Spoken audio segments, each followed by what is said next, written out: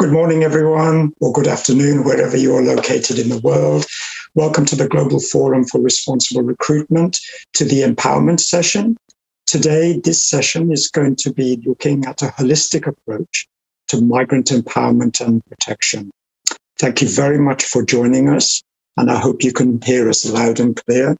I hope you've been finding the Global Forum for Responsible Recruitment interesting. I've been sitting in on some of the sessions, and they've been very interesting and very engaging. And I hope that you find today's session similarly so. Today, we're going to be examining some of the potential partnerships and solutions for improving protection outcomes for migrant workers, their families, and communities. We have three great speakers representing civil society, government, and technology platforms. And a couple of those speakers are actually located out in the West, and it's very early morning for them. And we have one of our colleagues who is joining us from Malaysia. So I'll be introducing them shortly. So today we're going to be looking at some of the strategies that are existing, some of the emerging and innovative strategies that we have to engage and empower migrant workers, and how can we reach out to their communities. We're going to be looking at the platforms that utilize migrant support centers, for example, migrant support networks, and how we can use social media and technology as well. So thank you very much for joining this session, and I hope you find it has some useful information and tips. Before I introduce the speakers, I would like you to, first of all, I apologize for not explaining about the interpretation. You can get live translation in different languages. You just have to click the global icon on the right, select your language, and then mute the video play. So thank you. So now I'd like to, before I introduce the speakers, I'd like to put up a live poll, and I'd like to test your feedback as the audience on what you think are the three key challenges that civil society faces in helping to protect migrant workers during the recruitment process. What I would like you to do is give, if possible, one word per challenge and post them on the screen. So hopefully the live poll is going live now. So just to remind you, what are the three key challenges that civil society and other support groups face in helping to protect migrant workers during the recruitment process? If you can keep your answer to one word per key challenge, that would be fantastic.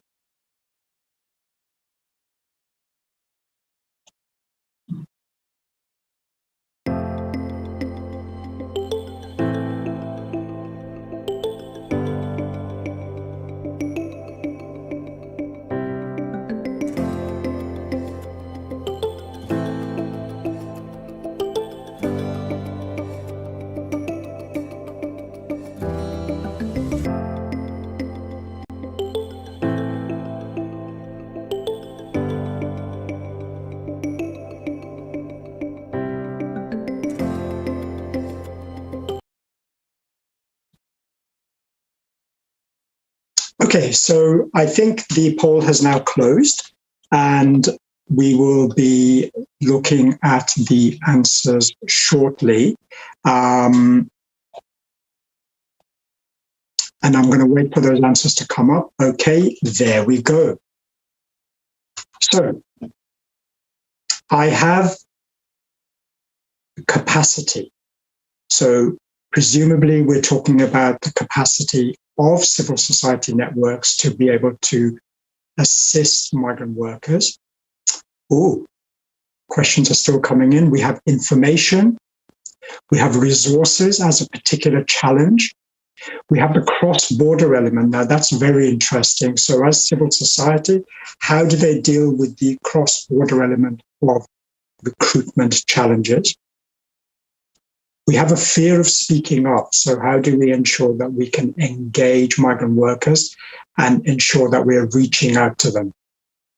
Access to resources, lack of right-based information,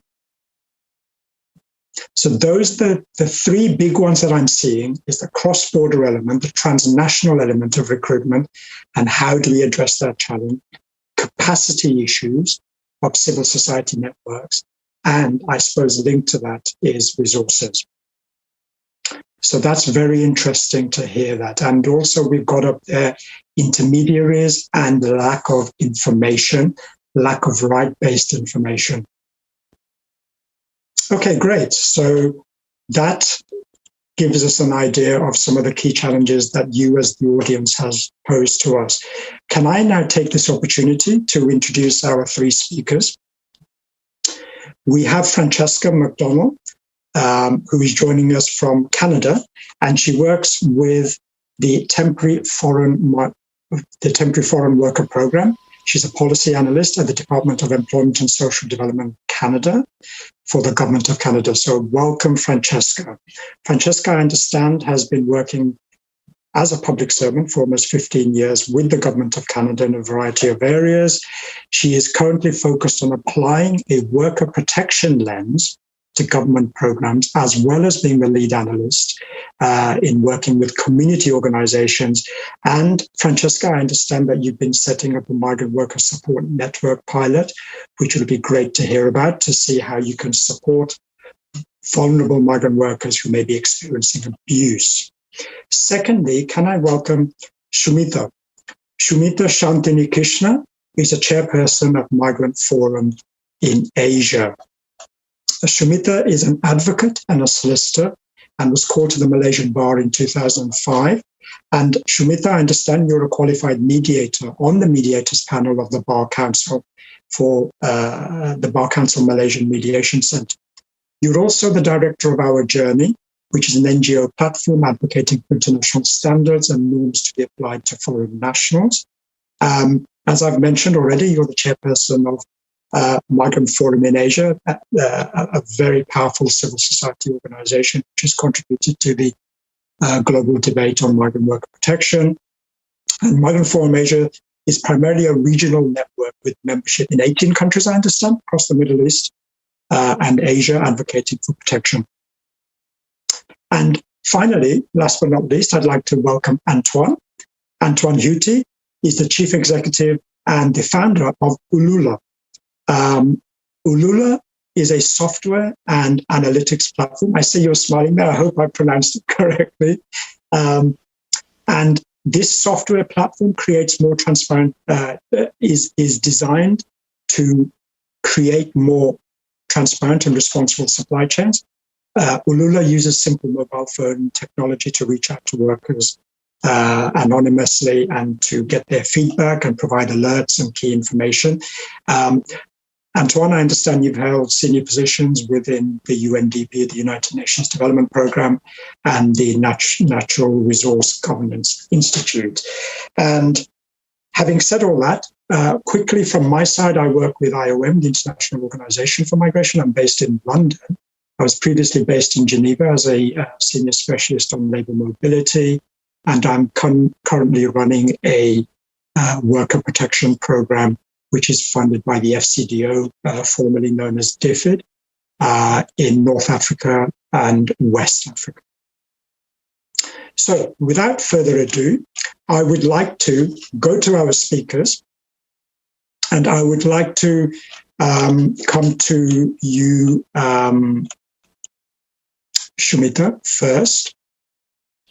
Sumitha, can you tell us what are the key advantages and challenges that you see in addressing recruitment issues working through your network? Over to you, Sumitha. Thank you so much for having me on the panel. I would like to share 3 points, if I may. The complexity of the recruitment process is one of the major challenges that we face. Red tapes, complicated documentation processes, time and cost. All this push workers and employers to rely on recruitment agents to do that process. So while we advocate for online systems using migrant-friendly languages, one recommendation would be for governments to tap into the expertise of civil society groups in the country of origins. And this is an advantage because engaging the civil society in providing potential migrants the avenue to maneuver the recruitment system. Also, you can include the civil society in the pre-departure programs or promotion of the labor rights programs for migrants, financial literacy programs for migrants and their families. Basically, in summary, to form a support system with civil society for migrants going abroad. I think this is extremely important. Secondly, access to justice in the country of destination. This is another challenge. There is a lot of effort in trying to create a perfect redress or grievance mechanism, which is great. Equally, there should be efforts to address issues at the workplace. So migrants' right to freedom of association, that is to join or form unions, is priority. Migrants need support at the workplace, and trade unions are best placed to provide that support. Of course, you have instances where there is no trade union or the migrant is unable to join a trade union for whatever reasons. So in such circumstances, businesses could appropriately set up a migrant workers committee, and where the representatives of that migrant worker representatives are elected by the migrants themselves, who could then be the voice for the migrants in that company. So this is one of the suggestions that we have been advocating as well. Final point, another group that governments and employers should support and collaborate with are the migrant community organizations, who are the real voices of the migrants. These organizations are usually helmed by ex-migrants or migrants who are in the country of destination, or returnee migrants, or even families of migrants. And all these people know the issues firsthand. They have lived through the process, they have experienced the process, and they've also survived a lot of violations. So even civil society organizations work very closely with these groups. So they act as a mediator, they act as interpreters, and they bring with them a wealth of knowledge to understand the journey of migrants and their needs. So these are some of the points I'd like to put across for the first question. Thank you so much. So yeah, you talk about complexity, you talk about access to justice, lack of representation, and lastly, you mentioned government collaboration with migrant community organizations. And I think on that point, I'd like to come to Francesca from the ESDC. Francesca, what role do you see for the government to support civil society in their work on protection of migrant workers? It might be good to hear from you about some of the pioneering work that you've been doing in British Columbia. Absolutely. Thank you, Tauhid. And thank you for inviting me to join this panel. So I work for the Temporary Foreign Worker Program on the Worker Protection Policy and Partnerships Unit. Just to give a little bit of background, so the Temporary Foreign Worker Program allows Canadian employers to access foreign workers to hire foreign workers who are not, in place of Canadians who are not available. And the three objectives of this program are to allow employer access to TFW, ensuring Canadians are considered first, but also when foreign workers are hired, that their protection is ensured. So the Government of Canada back in 2018 announced funding for or announced government commitment to establish the Migrant Worker Support Network in British Columbia. And this Migrant Worker Support Network is a unique and inclusive and open platform for multi-stakeholders. It could be migrant workers themselves, governments, provincial government, foreign government, support organizations, academia, and others to be able to come together and address migrant worker issues and empower temporary foreign workers and organizations that assist workers, as well as employers, to better understand their rights, to exercise them while they're in Canada, and to gain a better understanding for employers for the compliance of the Temporary Foreign Worker Program. So how it achieves what it's set out to do, which is to help network, share information, put forward policy recommendations, funding recommendations, create trust and harmonization among services, collaboration among organizations. How it is able to achieve these things is through two components, which I find is the main role of government in supporting support organizations. So the first role would be the convener role. So government would set up a network or create connections between organizations or stakeholders who don't normally or won't normally meet. So employers also are in the mix, provincial governments, for example, and foreign governments, and just to get together, instilling trust within the TFW sector to ensure that migrant workers are protected. Also, a key role that the government is taking right now is to ensure that migrant workers are receiving accurate information. So anything that's being disseminated or shared through government sources or through community support organizations, it's vetted through ESDC and the Government of Canada to ensure that the information is actually accurate, because giving or sharing information that isn't accurate actually puts the worker in a more vulnerable situation, and we would like to avoid that. The second main role I find is that the government creates a funding stream for the support sector. There is a lot of funding already out there for the settlement sector, immigration, and this could be a new area that government could support. And through that funding, you could support migrant worker support organizations to be able to assist temporary foreign workers or migrant workers during their stay here in Canada. So currently, the Government of Canada is funding an organization at one of the major ports of entry, which is in Vancouver. And upon arrival, there's rights given out to them, a package of information, translation support, because we recognize that a lot of workers, English isn't their first language.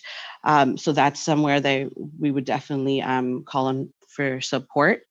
And then we have another project that is mainly a digital resource or toolbox for organizations that assist workers. So just to gain to build their knowledge in that area. And then the third main or project, I would say, implements an innovative funding approach, which is called the intermediary model. And this is where a lead organization can redistribute federal funding to other organizations which actually this has helped. Is in a recent pilot project, we've seen that it's been able to increase reach, and it targets TFWs in remote areas. And because of this, the intermediary is able to decide where the funding would go to, which organizations. They would be able to pinpoint which geographical locations within the province or within the regions which would most need it. So I think that those are the main roles of government. And of course, this is just a pilot, which is supposed to be ending June 2021. So any discussions beyond that is still, we're still exploring any options and opportunities. That sounds very interesting, Francesca. I'm sure audience members are going to have questions around the modalities of the support that you're providing.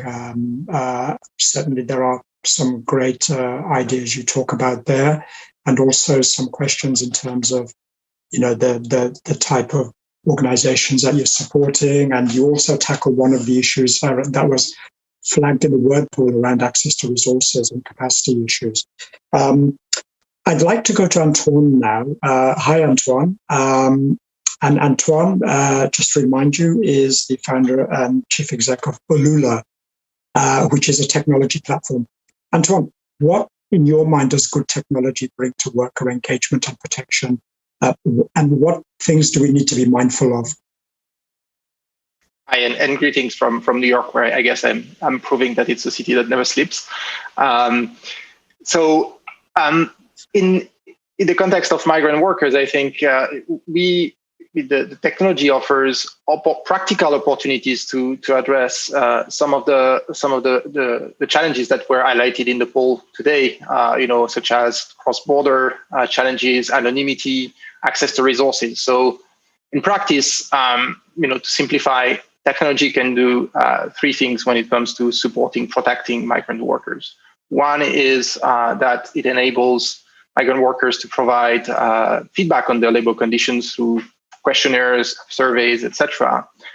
Second, it enables migrant workers to report abuses through grievance and whistleblowing mechanisms. And three, it enables migrant workers to access to resources, either to protect themselves and know their rights, or to have access to referral networks and the intermediaries that Francesca was talking about. So now, if you want to zoom in on what are the specific aspects of technology that helps here, I think it helps in two essential ways. One is in the identification of abuses and problems. Because technology, is uniquely powered that it's available 24/7. It's also something that's available to migrant workers along their journey. It's at the reach of their pocket, in a sense, very often. So that makes it be there when it's needed. And I think what's essential, in our approach is the protection of anonymity. I mean, we're using mobile phones, but we have put a lot of effort in making sure that workers can anonymously report their feedback, and that's an essential component that we may come back to on how you build trust and how you can really engage in having honest feedback. So that's on the identification of abuse. The second is how technology can better support access to remedy, and I think one of the aspects of technology, again, is that it enables real-time data sharing. So you can make sure that the feedback of the workers reaches the right organizations and peoples, and that's where it's not a case of technology versus civil society or human organizations. It's actually how technology provides that real-time data and empowers organizations to do their work more effectively. And it also enables the organization to follow up, without having to go on site or in the field, etc. So that's some of the things that are quite helpful. And we have examples of that working, sometimes with the IOM in Taiwan, in Thailand, or Jordan at the moment in garment factory settings, or we also do some work in the palm oil sector in Indonesia and Malaysia specifically, where migrant workers are quite present, where we see some of these features that I mentioned about identification and remediation of migrant worker vulnerabilities being particularly useful and well suited for the conditions that they face. That's very useful. Thank you very much. And I'd like to come back to you later on about how you see this technology fitting in with existing support mechanisms that are out there, and how this sort of fits into a wider, what we would call a framework, or a wider sort of series of support resources. Can I come back to Sumitha, please? Sumitha, you were telling us about some of the challenges that are faced by civil society organizations and the importance of setting up migrant worker committees. I'd like to focus upon the last year in particular, the COVID-19 pandemic. And I'd like to get your impression on how has the COVID-19 pandemic really changed the information, protection and empowerment needs of migrant workers. And what steps have you had to take, or have civil society organizations had to take to adjust their strategies, to adjust their responses and initiatives? Thank you for the question. The pandemic has been a very difficult period for everyone, and we have also seen several governments setting up special task force and committees just to deal with the COVID and the effect of it. But what we saw was many COVID-related policies excluding migrant workers. Example, in wage protection schemes, in unemployment benefits, and also in economic stimulant packages, and even COVID-related healthcare, although many migrant workers were frontliners. And we also recorded, as a MFA network, we also recorded a considerable increase in cases of wage theft, that is unpaid wages, wage deductions and reductions during the pandemic. But access to justice during the pandemic came to almost a standstill in many countries, as the courts and the labor tribunals were closed, movement was restricted, and also some employers went incommunicado with their workers. So civil society networks like MFA, in response, launched the wage theft campaign. This campaign can be found at the website justiceforwagetheft.org, where MFA members and other stakeholders work together many times, especially through cross-border cooperation, to highlight migrant worker grievances, report their cases for resolution. So this was one of the challenges.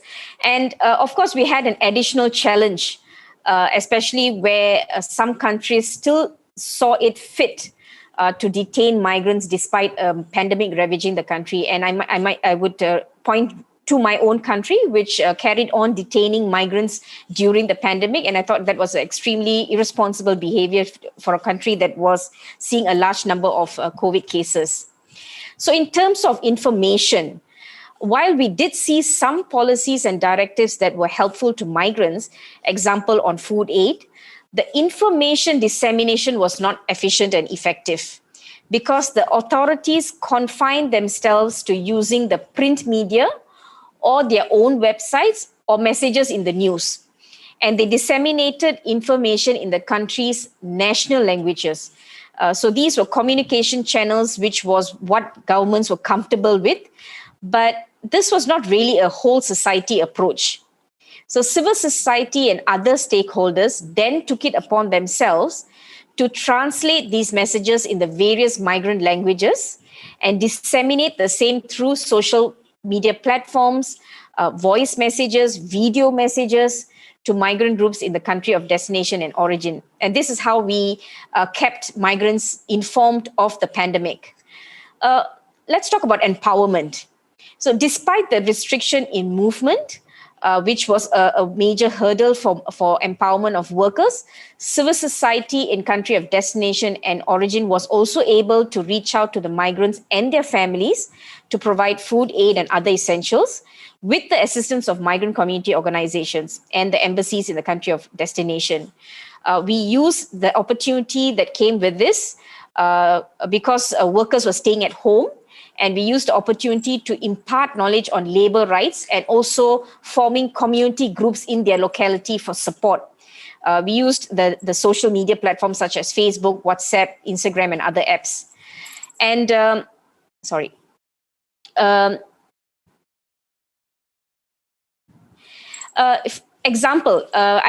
can give you an example what we did in Malaysia. The Ethical Trading Initiative had a program, a 2-year program in Malaysia before the pandemic on grievance mechanism, and where we worked with 2 rubber companies in the country. But when the lockdown took place, we retailored the program to facilitate the issues faced by migrants during the pandemic.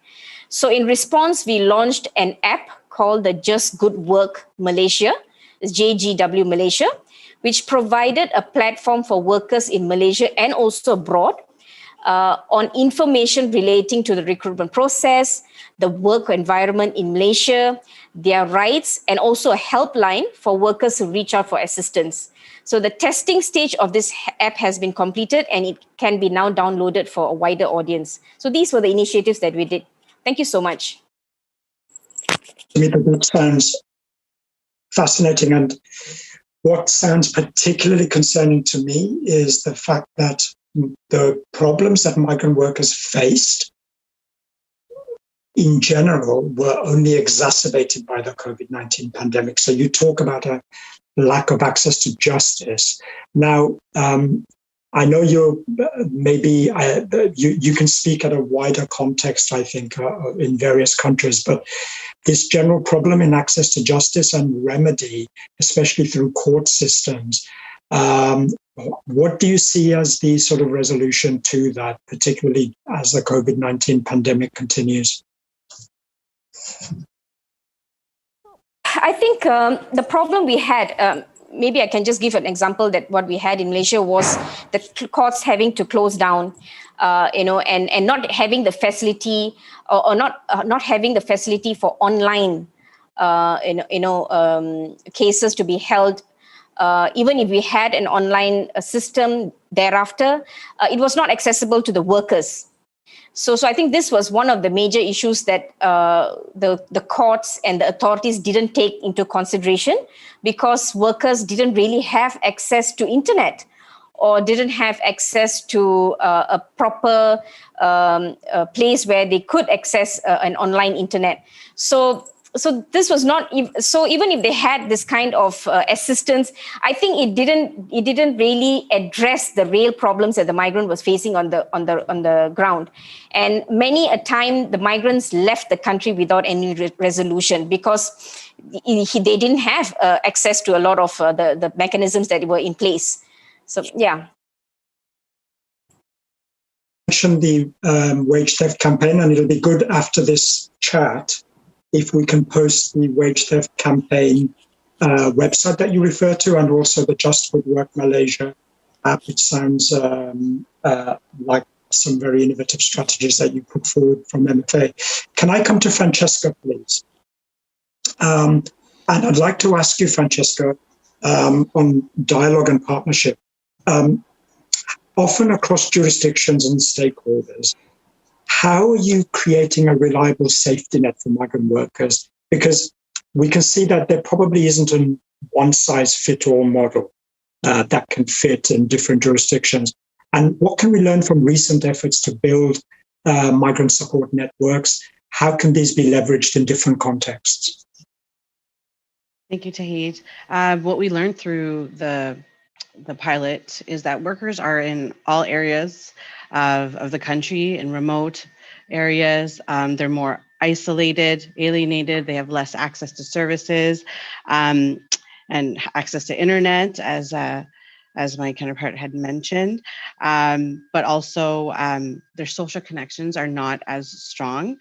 But then they're also migrant workers in urban areas. So it's really good to understand that all workers are in unique situations, and that we should be able to adapt, particularly during the pandemic.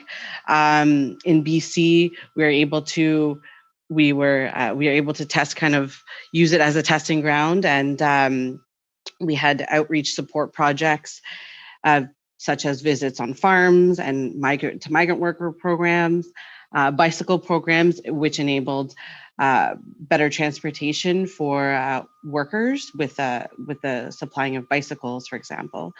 But also pairing a cultural event with an info session on workers' rights, English classes for workers, but also partnering with a local church that has a large population of workers that would need some English training.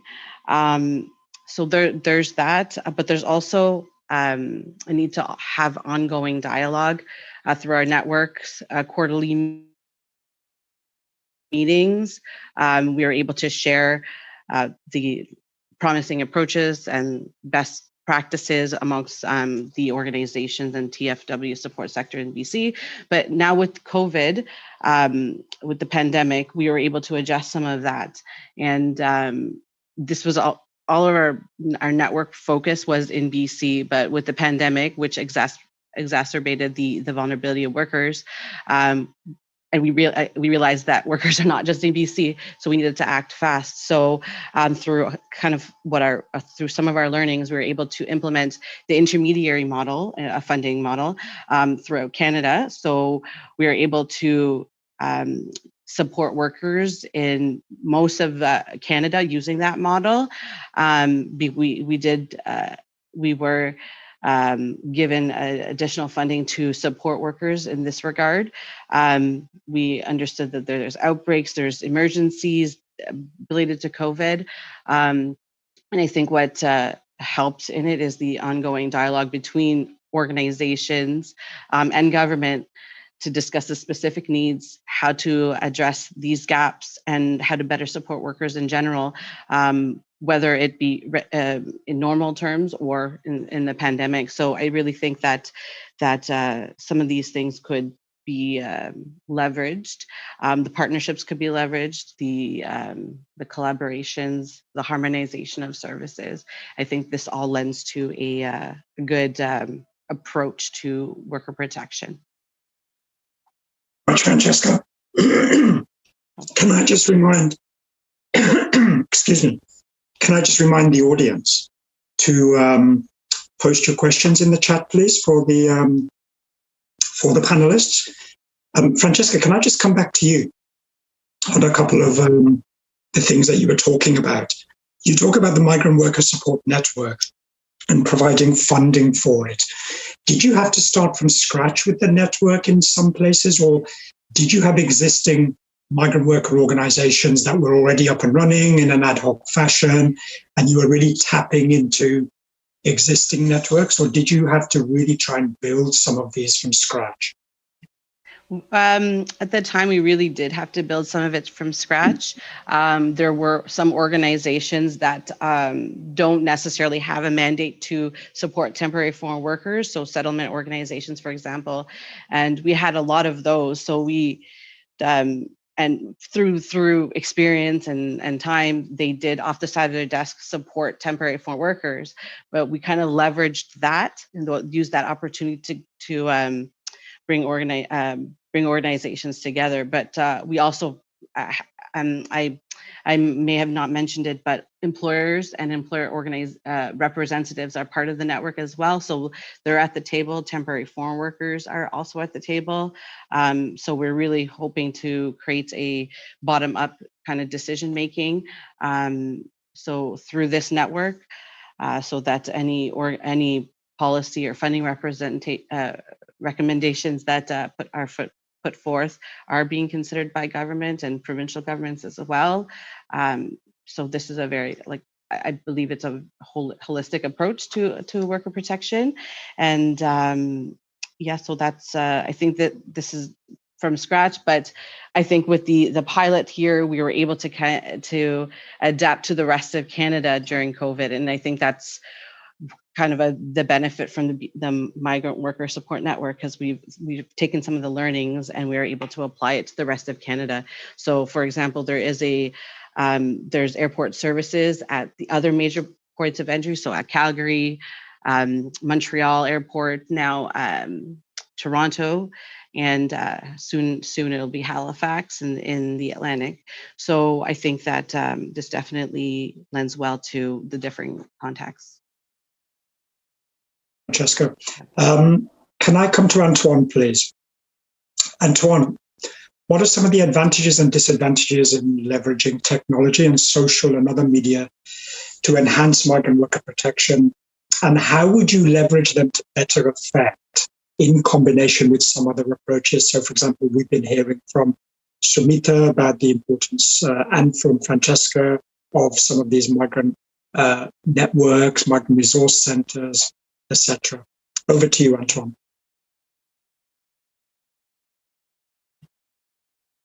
I think it's important to put technology in its right place. I mean, it is a tool, and it's definitely not an end in itself. It's there to be a connector and an enabler of the grassroots organizations' efforts, the government role, and it can be, that virtual table and connector. It's obviously especially relevant in times of pandemic, where a lot of face-to-face meetings cannot happen. But I would argue that it's important irrespective of health and safety environment, because it has unique ability to reach the most vulnerable population, and that these unique advantages that I spoke about in my last interventions, I think they can be realized, I think, if you meet three conditions.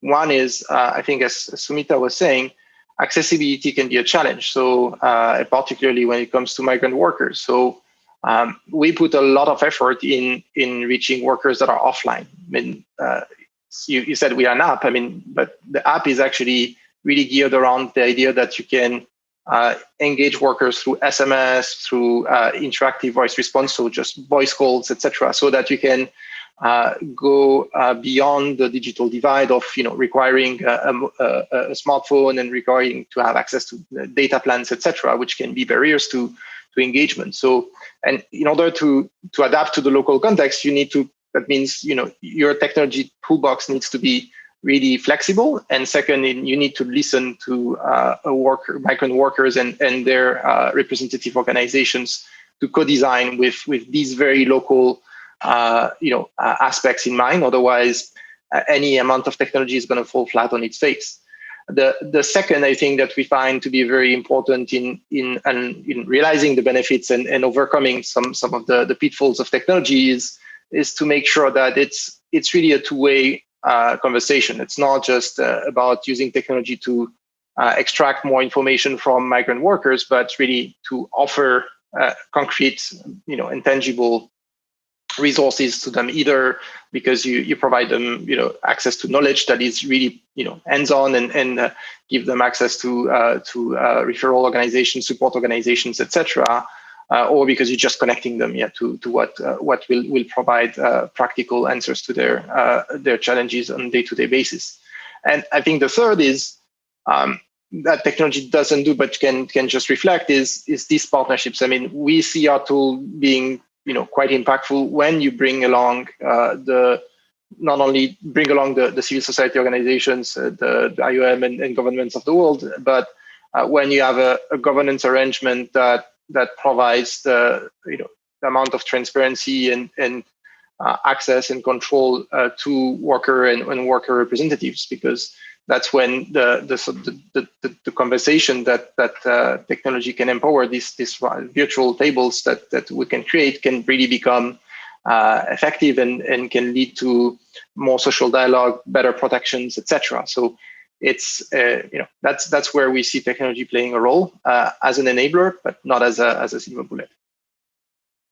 Antoine, and I just want to come back to some of the points you made in your initially when you were talking about the purpose of this technology is to provide information 24/7, people being able to report their grievances anonymously, and also having access to remedy, referral networks, etc. Just coming on the grievances point, have you had? Do you need the buy-in from the other side, from the employer side, into this technology? How does that work? I think the technology can be deployed in two ways. Either you target specific workplaces, and in which cases, you typically want to have the buy-in of the employer, because that's going to be the way you can really create continuous improvement. And the idea of technology is not to have a gotcha approach where you're just finding what's wrong, but really try to bring along the different actors towards a realization of what are the real issues and tracking progress over time. I mean, it's really that. I think we have also deployed our tool in much more unstructured environments. I mean, we work in Eastern Congo in the mining sector, to some extent in the ag sector, also in Southeast Asia, where we are going further in the supply chain, and sometimes you don't really have like formal employment structures. So in that case, we really rely strongly on networks of civil society organizations to be the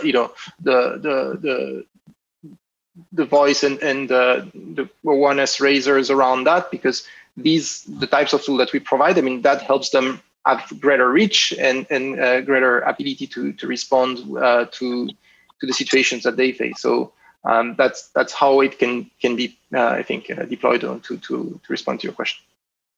Thank you very much, Antoine. Now we have some questions that have been coming in from the audience. A question from Ron to Francesca in the SDT Canada. Francesca, are there any steps that can be taken by a country of destination to tackle challenges in the country of origin, given that many of the unethical recruitment practices start over there? Hi, thank you for the question. We are working with doing some kind of pre-arrival and with foreign governments and ensuring that that workers are protected in that way. You could start by working with sending countries and taking it from there and kind of start discussing what the issues are there. I know it's at the ethical recruitment issue, but maybe just having that dialogue at that level and then taking it from there to see if there's anything that you can bring forward through partnerships. But currently we aren't funding any activities or initiatives that are taking place before they come to Canada, but definitely in the works for the future for worker protection strategy. Sounds great, and keep us posted on that. And another question, this one for Sumitha from Francis. Embassies of origin countries during the COVID struggle. Have you had any success stories where CSOs or organizations that you've been working have enhanced the knowledge of embassy staff or worked closely with consular support? Is it for during the pandemic or prior to the pandemic? Well, I suppose during the pandemic, during the COVID pandemic, yes. Actually, our work with the embassy started prior to the pandemic. We worked very closely with the embassies, providing legal support, assisting the embassies to take workers for repatriation, funding the repatriation at times, even maneuvering the immigration system. So we have a long collaboration with the embassies. So during the pandemic, the embassies were very instrumental in helping us to reach out to the workers. They did give us information of how to reach out to workers that we were not who were not on our list, and they also helped giving funding to provide food aid for their work for their nationals in the country. So these were some of the collaborations that took place. We must say that the embassies were also very under-resourced and understaffed. And the pandemic was also difficult on them because they also had to close, but still had to provide some services for their nationals. So it was difficult, but we worked together, and I would say that the collaboration during the pandemic was successful. Thank you very much, Sumitha. Question for Antoine from the audience, from Anastasia. Antoine, migrant workers are often often fear losing their jobs if they raise any grievances. Are there any success stories where technological solutions helped overcome this fear, help build trust, and encourage migrant workers to lodge complaints? Yeah, I think there are, as I said, I think there are two essential components to overcome that. I think one is to guarantee anonymity from technology standpoint, and as I said, we collect the least amount possible of personal information, which can be nothing or at most your phone number, which is significant, but we then encrypt it. So you have to really create an experience where you're understanding what sort of information you can collect, and that's where what I said, sitting down and listening to what migrant workers want is going to be a really important issue. And in practice, we see that we are able to overcome these barriers because the rate of detection of wage theft or recruitment fees is quite high with our app and others, I think. So you can really quickly pin down on and zoom in on the how structural recruitment fees may be, what amounts migrants are paying. So in practice, we see that working.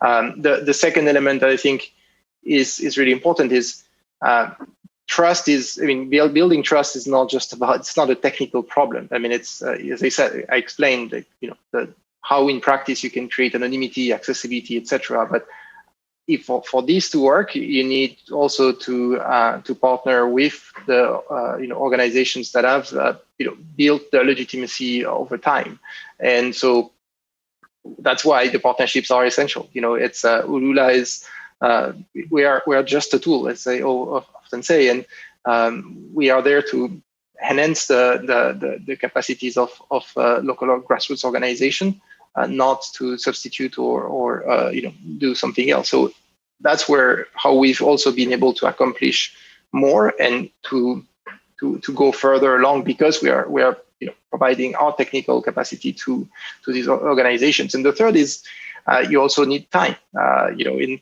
the context, for instance, I was talking about the grievance work we do in Eastern Congo. It took us a year to really, I think, socialize the tool, but now we are seeing very high volumes of grievance coming, because it's been out there for a while, and there's a lot of knowledge, awareness of the existence of that, and there's trust is earned. It's not given. Thank you very much, Antoine. And since we're running out of time, a final question to all three of you around language barriers. How would you address language barriers, particularly of foreign workers migrant workers who are speaking more rare languages? For example, are there any digital interpretation opportunities out there? Who would like to go first? Maybe Sumitha? Yeah, thank you. So yes, because I'm in a destination country, so we meet a lot of migrants. Some of them have picked up the local languages very well, but some not. But so what we do is we work with the migrant leaders for interpretation and translations. Where we do not have a migrant leader in that particular language, then I will usually reach out to my network, MFA network, and we do a voice call, a three-way call with the migrant, and then help with the interpretation and the translation. So this is how we manage language barriers. Okay, thank you, Sumitha. Francesca? Hi, thank you. How we manage language barriers, there's definitely different layers, but digitally, if we have virtual consultations with TFWs or migrant workers where they're present, there will be simultaneous interpretation. During our in-person, before the pandemic, in-person meetings, we would have translation support there, also in-person translators, but also upon arrival at the airports, we have a migrant worker support organization that is able to accommodate for up to 70 languages, for example. All of our information that's going to be shared, we aim, of course, Canada is a bilingual country, so everything needs to be in French and English, but recognizing that we have migrant workers that are not necessarily speaking French, we usually have translations in Spanish, Thai, Tagalog, Hindu, and Korean, and it's just growing as we move further along in the process. So there's different means to be able to support the workers as they come into the country, and the ones that I just mentioned are just some of them. Thank you. Thank you. And Antoine, does technology provide solutions for language barriers? Well, as I explained, I think technology, we always design the technology to make sure that it's going to meet the needs of the workers. So, for instance, in Jordan, we work with a fairly significant and diverse set of migrant workers. So it's available across, 5 or 6 languages at the moment, Bengali, etc. So, and that means that irrespective of your language preferences, you'll be able to access the content with that. The other aspects that are interesting, where I think there's more to do, is We also have built in for the people who are receiving the data automated translations, so that if you're sitting in an English-speaking world and you don't understand Bengali, you could also have at least the first cut at that. But I think some of the algorithms can be improved, especially for the rare languages. We've already built in that capacity so that we provide as the best that's available out there. Thank you, Antoine. And we've come to a close. And before we close this session, which I find incredibly useful with some very practical discussions, any final words, maybe 10 seconds from each of you. Sumitha, over to you. Thank you. My final remarks is we are seeing this motto, building back better, and being thrown around so much. But for me, building back better is not going back to the system we already have, because we have already seen a lot of the entrenched migration systems collapsing and failing to protect the migrant rights. So when we go back better is more to look at what failed in that system and what could be better and what we could change and amend.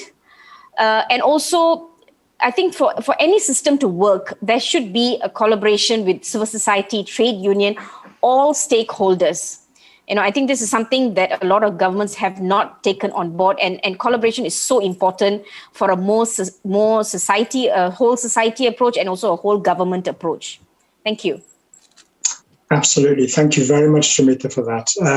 Francesca, over to you. Thank you. I agree with Sumitha.